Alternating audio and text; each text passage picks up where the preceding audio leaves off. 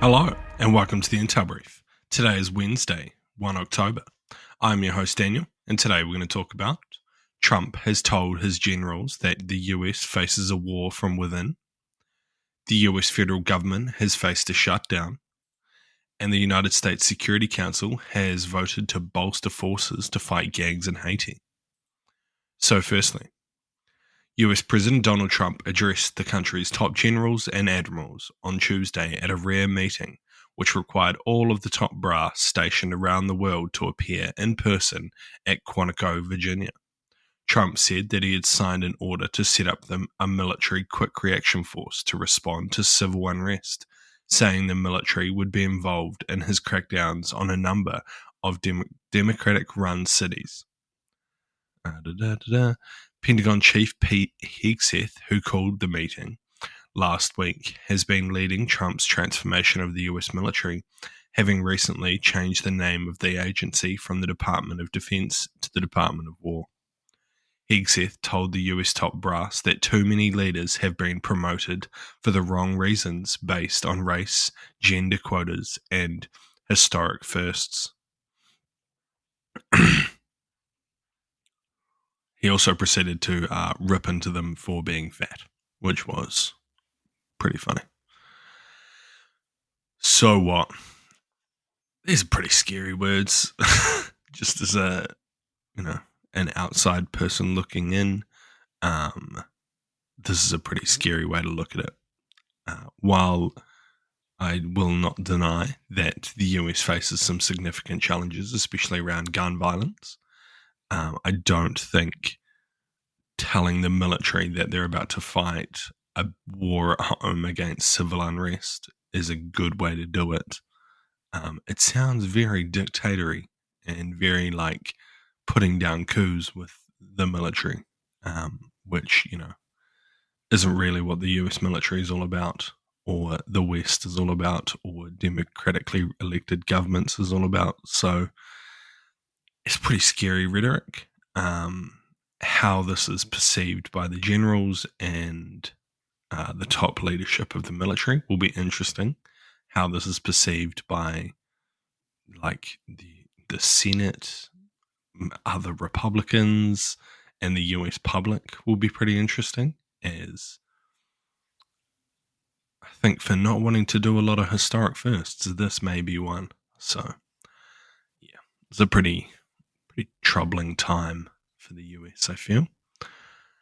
And next, just to follow on, the US federal government has officially entered a shutdown as the Democratic and Republican lawmakers have failed to reach a funding deal. US President Donald Trump's administration has threatened mass federal layoffs in the case of a shutdown. The shutdown brings uncertainty not only for federal workers, but also the US economy as a whole. So what? Kind of following on from what I just talked about, this seems unsurprising. It seems US politics is so polarized at the moment that no middle ground can be reached. And with the current US administration wanting to fund things like deploying the military to cities within the US, I don't see the Democrats wanting to support that in any way. So I'm not surprised that they're not agreeing on a funding deal. I haven't really looked into the specifics of what Trump wants to get across the line in this funding deal, but yeah, as far as his rhetoric's going, I can see why the Democrats don't want to have a deal with him.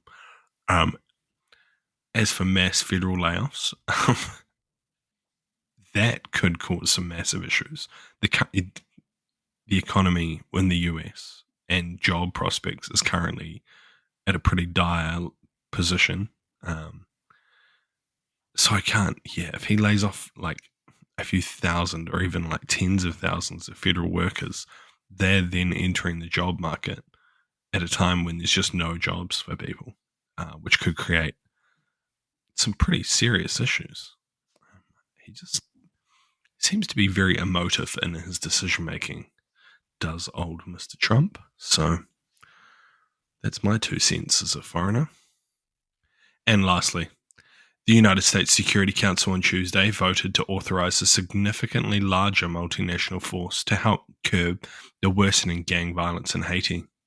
The adopted resolution, co-sponsored by the United States and Panama, will transform the current Kenyan-led multi-security support forces mission in Haiti to a gang suppression force.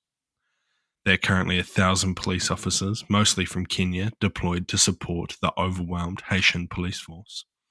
But the new force can have a maximum of 5,500 uniformed personnel, which will include both police officers and soldiers. The UNSC, there voted 12 votes in favour and 3 abstentions from China, Russia, and Pakistan. Support for this was warmly welcomed by the leader of Haiti's transitional government. Support for the vote was welcomed warmly by the leader of Haiti's Transitional Presidential Council, who chaired the vote. So what? This is a significant step up, but one that seems absolutely necessary. I think it was pretty clear at the start that 1,000 police officers from Kenya weren't going to be sufficient to bring back peace and stability within Haiti, with gangs openly walking around with high-powered weapons, including machine guns, and just murdering at will, and then also shutting down the entire city. So yeah, bringing in a large military force seems like the best move to improve peace and the lives of people in Haiti. Interesting, it doesn't mention. I remember reading a few weeks ago that Eric Prince, the founder of Blackwater, had secured himself a contract to go in here and provide security assistance. But maybe that isn't going to be necessary if they bring in a large military force. I also do wonder where the soldiers will be from. That'll be interesting to see their trained state and how effective they may be. But hopefully it works out, and hopefully Haiti can bring it all together. Thank you for listening to the Intel Brief. I've been your host, Daniel, and I'll see you again tomorrow. See you.